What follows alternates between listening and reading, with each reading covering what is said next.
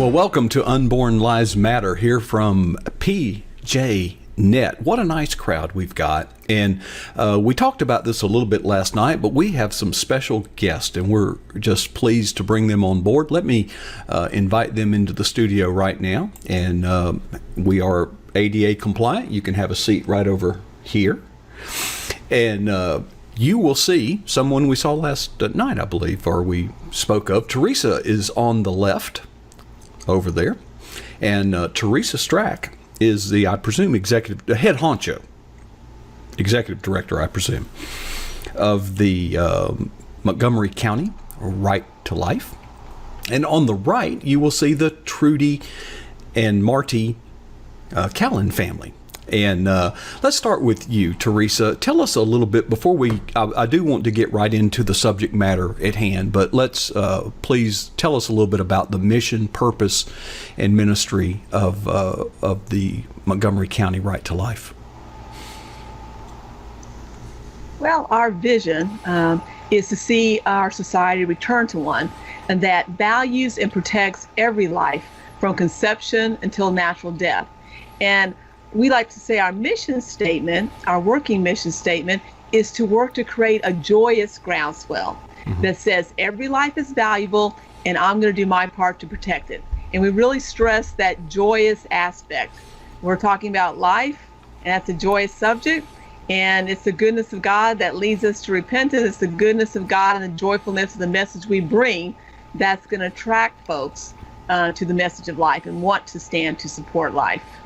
So Theresa, what are some of the ways that you carry that out at your center? What are some of the operational characteristics of what you do?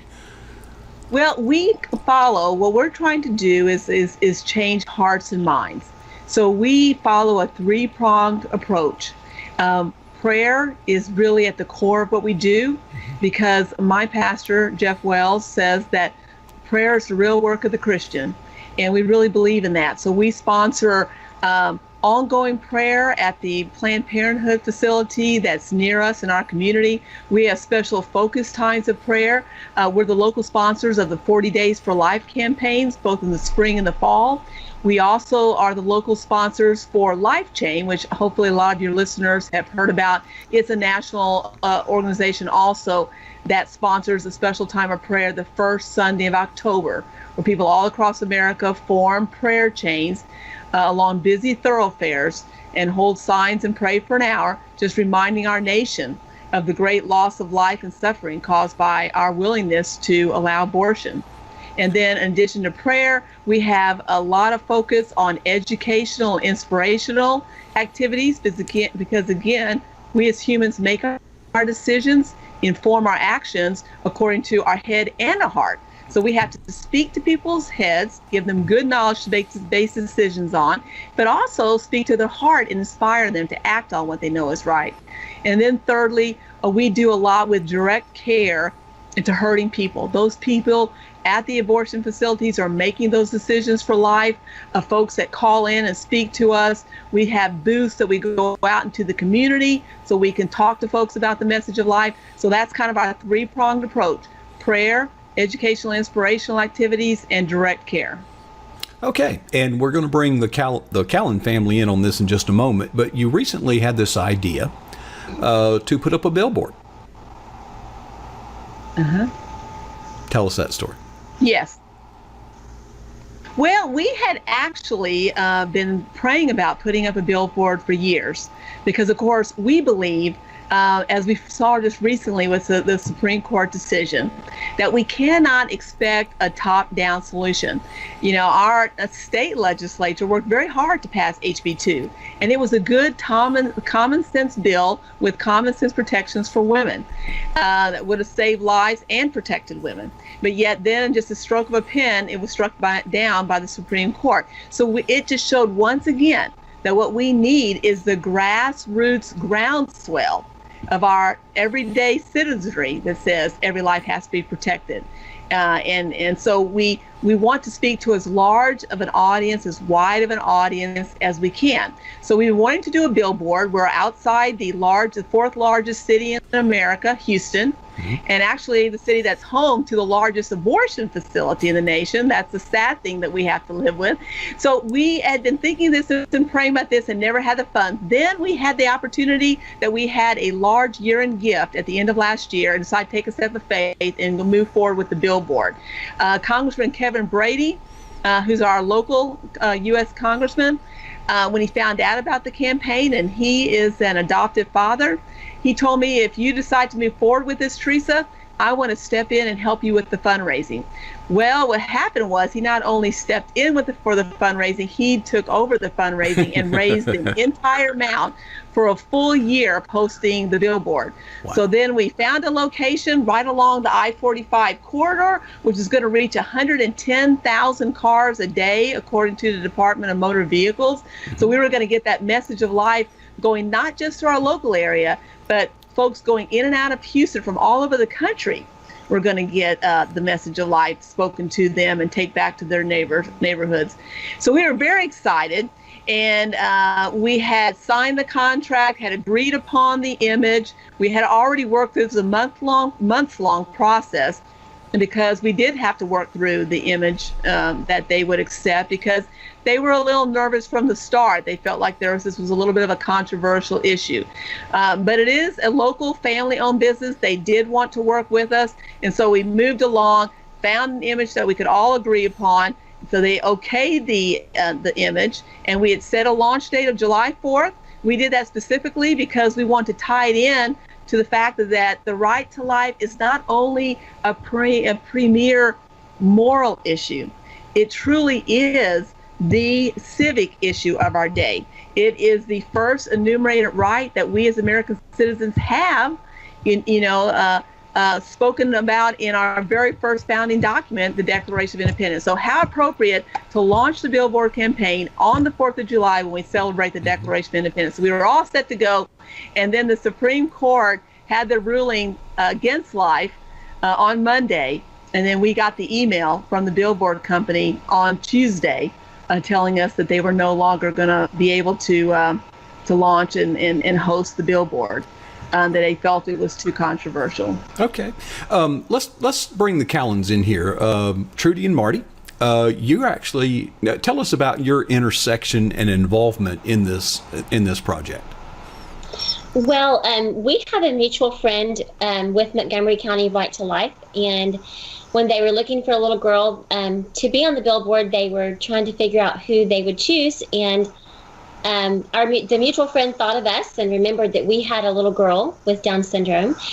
And from what I understand, they were looking for a girl, a happy, healthy little girl with a ready smile, and our daughter fits that description. So, and then I'll let you speak to the picture. Oh, well, when we took the ready smile part is what she's bringing up. But when I went to take the picture for the billboard, other than getting her dressed and combing her hair, we just went out in the front yard and sat her on a little chair, and she lit up for the camera, and we were done. Clicked off a few pictures, and we're done. And we sent it in. So it just took literally a few minutes to get that beautiful smile for that image. Because she's always smiling. She's a little joy fountain. She is. That's great. Okay, now what I'm going to do for the benefit of those of you that are seeing this, as you heard from Theresa, they went through numerous iterations of approving the graphic, and this is the graphic which features the daughter Samantha of Trudy and Marty, and that's her daughter Samantha right there in the middle. So. We have, and I'll let you describe it, Theresa. There's 3 components to this, and this is the too controversial graphic. Tell us what you're trying to capture here. Well, we thought it was just a very positive message for life that we were going to speak out to our community. So, of course, the words are saying very simply, every life priceless. And so we wanted to encompass the whole kind of devaluation of life that we're seeing now in our society. So of course the image on the left, depending on how you're looking at it, of the pregnant couple with the man just protectively putting his arms around his coming child and his wife, holding the image of the baby to be. That encompassed, of course, the devaluation and the value of the unborn. And then, of course, in the center panel with the Callans' beautiful daughter Samantha, there's just a real disrespect toward anyone who's less than perfect nowadays in our society, be it someone like Samantha, who is born with Down syndrome, where about 67% of babies that are diagnosed in utero with Down syndrome are then aborted. But you can just be in a car accident nowadays or have a stroke and be taken to a hospital, and your life now is weighed in the balance. Folks that are born with other handicaps are encouraged, their parents are encouraged to abort them. So that center panel is just speaking to all those precious people who somehow, like I said, are just deemed a little bit less than perfect, that we no longer want to value and protect their lives. And then, of course, the final panel, what we like to call our smiling grandma. It's just a reminder that we're then pushing our elderly, who we're supposed to be respectful of and valuing them. Instead, we're very much ushering them into early deaths through euthanasia nowadays. So that was the imagery, that was the message of the billboard, that we should value every life from conception until natural death. You bring up a good point. And Marty and Trudy, were you aware prior to birth of Samantha that there was going to be this issue? We suspected in her last ultrasound. All of our children have had long legs, and the doctor said, "Oh, look, she has short little legs and a little chubby belly," and I just had this feeling that that's what the diagnosis was going to be when she was born, and sure enough, when she came out, I could tell right away, and they were cleaning her up, and I walked over to her and I just looked at her, and at first, we didn't really know what to think at first, but there's a storybook out there, and I just recited part of that storybook to her, and I just looked at her and I said, "I'll love you forever. I'll like you for always, as long as I'm living. My baby, you'll be." And it's funny, one of the nurses joined me in it. So that's. But I'd like to say that we did not have an actual diagnosis, and we did not have testing done. That was just a little inkling that Marty had, but we did not know that she had Down syndrome. But when she was born, it was a shock in a sense, because we didn't know. But when I was holding her in my arms, I looked at her, and I just looked at her, and I just said, "You're perfect." And she was just beautiful and perfect, and as beautiful and perfect as any baby can be. So we were just, of course, overjoyed to receive her into our family. Well, as advancements in medical technology moves forward, I mean, the day is coming when we can predict more and more, what the at-risk factors are of a child in utero. But what if imagine this. This child's going to grow up to be gay. This child's going to grow up to be, in other words, we're going to start genetically, our culture is willing to entertain a debate of genetic engineering in utero via abortion. That's scary. Sex selection. Yeah, and even sex selection. If you just decide you're a girl and it's going to be a healthy, happy little baby boy, then you can just decide they're just not what you want at that particular moment in time. It's already happening in China. Right. If you're a female in China, they don't want females. And there is, we adopted. So, and I was adopted. And anyway, so, okay, well, all right, let's get down to what happened. The billboard company, just in their declining of this, did they indicate that they didn't like to work with radical right-wing organizations that go up and blow up abortion clinics? Or, what did you get a sense that they were not on board? I mean, no, like I said, I want to give them credit where credit's due. We had originally looked at 3 different billboards, all very close to each other, all in that same I-45 corridor, right off I-45. For your listeners who don't know, that's the major highway that goes all the way from Canada down to practically Mexico as you follow it along.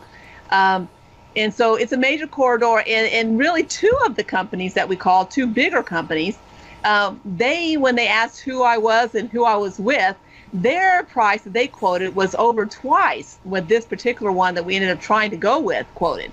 So I just wonder whether they were already trying to give me the message, don't call back. And of course, with that kind of pricing, I didn't call back. Right. So this company, though, the local billboard company, they did try to work with us, but they were, like I said, a little concerned right from the start. And we changed the initial image. As I talked about, we had to go through different images before we settled on this one. So they tried to work with us in the start, but I think that the Supreme Court ruling, it just then gave them cold feet, and they did not see the support for life that I wish was out there from the grassroots, and so then they got cold feet. Okay, and they were within the terms of the agreement to pull the plug. They didn't. Yeah. There was no breach of contract here, no bad faith, none of that. So now from here, I guess you're going to find, and you don't intend to sue for specific performance, blah blah blah blah blah. No, we will just look for another location. We believe the Lord will provide one that we can host this image. Yeah. The billboard company actually told us that if we removed the image of Samantha, that they would actually still host the billboard. But of course, we didn't want to do that because that takes away a lot of the message of the billboard. Right, and you're the customer. We're going to do that. Right. I mean, if you're going to pay for it, maybe you should have something to say about it. And that's a big part of the message. Every life is valuable. And we did not all have to be, blonde-haired, blue-eyed, or 6 feet tall, or whatever is considered to be the perfect aspects of every human being these days. Okay. Well, we will continue this story, and we will follow it, and let's see what we can do. The problem is cultural. It's spiritual. There was a day not too long ago this would not have been a problem. And so I think it's time. It frustrates me that a homosexual couple can walk into a bakery and insist that bakery cater their wedding, and the court sides with them, and yet in a case here, that type of thing has so intimidated. I don't know many business people that don't want more business. It's very rare for any business enterprise to decline profitable business. So right. the problem is a little bit deeper than just the surface of what we're seeing here. This is indicative of a larger problem. Marty and Trudy, I just want to commend you for your courage and your dedication, because so often we live in a world that we want instant everything and disposable everything. You all have chosen the high road, and I commend you for that. And you are champions of the parenting cause and the love. And it's Jesus Christ, the love of Jesus just is so big. It's so big. It's incomprehensible, and you all are literally walking that walk, and I commend both of you. Thank you.